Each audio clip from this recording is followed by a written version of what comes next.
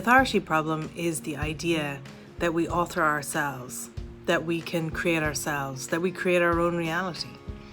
And while we're part of this mesmerism that is around us, to say we create our own world gives this personal sense of self way more power than it actually has.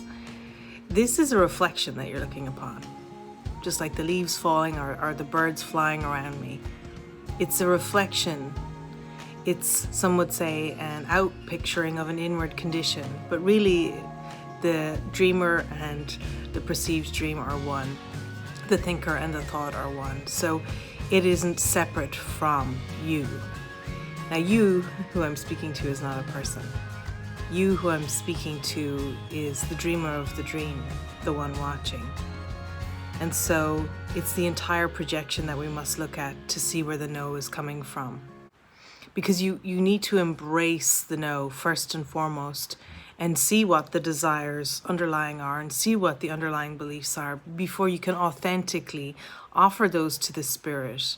Offer the desire to the spirit, not to have it thwarted, which of course is why there's a sense of no, but to have it harnessed so that even that seemingly egoic desire for autonomy and self-preservation and the usual can be harnessed by the spirit and used simply for awakening. Because nobody can operate with the spirit unless they're a happy learner. There can't be any sense of coercion. It has to be completely voluntary because the mind is very powerful and it is your decision to awaken. It is your welcome that allows awakening to happen. In truth, nothing needs to shift or even change. We need to simply allow the illusion and mesmerism of problems to drop. So that's really the solution the Holy Spirit offers us every time we come to listen and join and ask for help. But it's very important. Just like a small 2 or 3-year-old who you tried to give an ice cream to, but they just will not be placated. They love ice cream, but they're like, no. And they would rather go without the thing they love than give in to you. Now, that's not coercion in this case. I'm talking about when a parent is simply trying to reach the child and tell them everything's okay. But the child has an idea in its own mind of what it wants and what would make it happy. The knife, the scissors, to run across the road on its own, to not have to hold your hand. And it is simply that there's a higher calling within that child and within you when there's a no up in your mind that the spirit wants to honor. And so it will look and seem sometimes like your desires are being thwarted, but it's really a higher desire that you have for awakening or for awareness or to feel relaxed and safe. That is why things are not seemingly working out the way you imagine you would like them to. Sometimes getting even what you think you want will bring up more fear than what's currently occurring. So we really don't know what would make us happy. And of course, nothing in form actually makes you happy. The question is, what is conducive to you relaxing and feeling relieved and feeling at ease and safe and taken care of? So when you have a no, you actually have a no to being taken care of. It's ironic. It seems like the opposite, but it's just this belief that you know what's truly helpful. And the humbleness is in accepting that you don't. And it's a spirit convincing job. Over the years, the development of trust that happens is immense.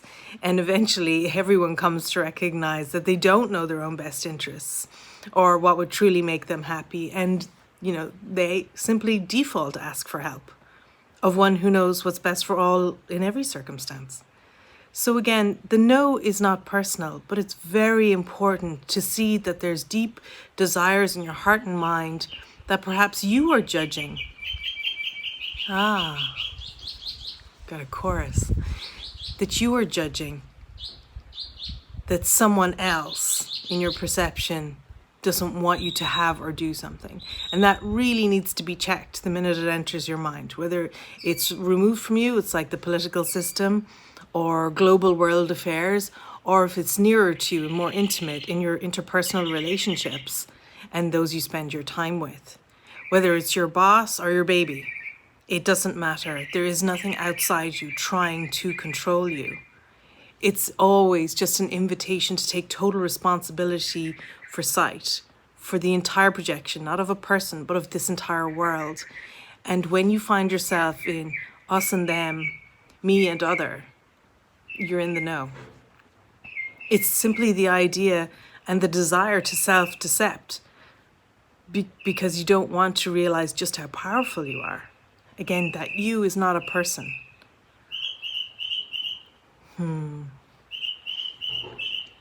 That's so beautiful. How could that be against me, that sound?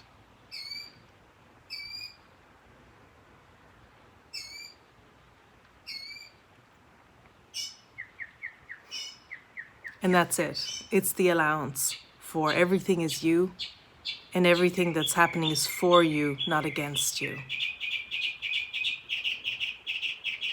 And if you have someone close to you or a mighty companion online with whom you can join with to expose the no and the rawness of those feelings and, the perception that you've been, hard done by, that's okay. That's very helpful. The Course simply says, beware the temptation to perceive yourself unfairly treated. There's no fairness in the world for characters. That's what keeps you locked in. That's what keeps you a character. Is this looking for righteousness and entitlement and,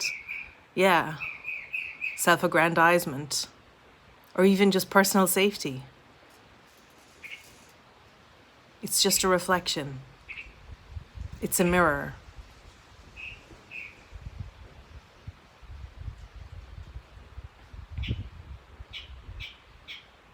And like whatever environment you're in, whether it's a dreamscape at night that you wake up from, or the seeming daydream of the world, it's still only a communication. And there's only one thing it's communicating, except this is your decision, that you are loved and safe, and that it is safe to wake up to the awareness of who you truly are, because you'll lose nothing.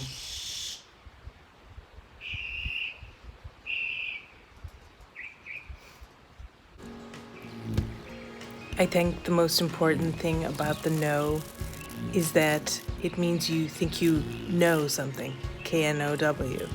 So when you experience yourself as having a no, then you probably K-N-O-W think you know something. And it's very easy to check in about what you think you know. You think you know what would make you happy. You think you know what would make you safe. And you think that you're right. And again, we come simply back down to, would you rather be right or happy? And notice the distress that you're in, and that that's not it.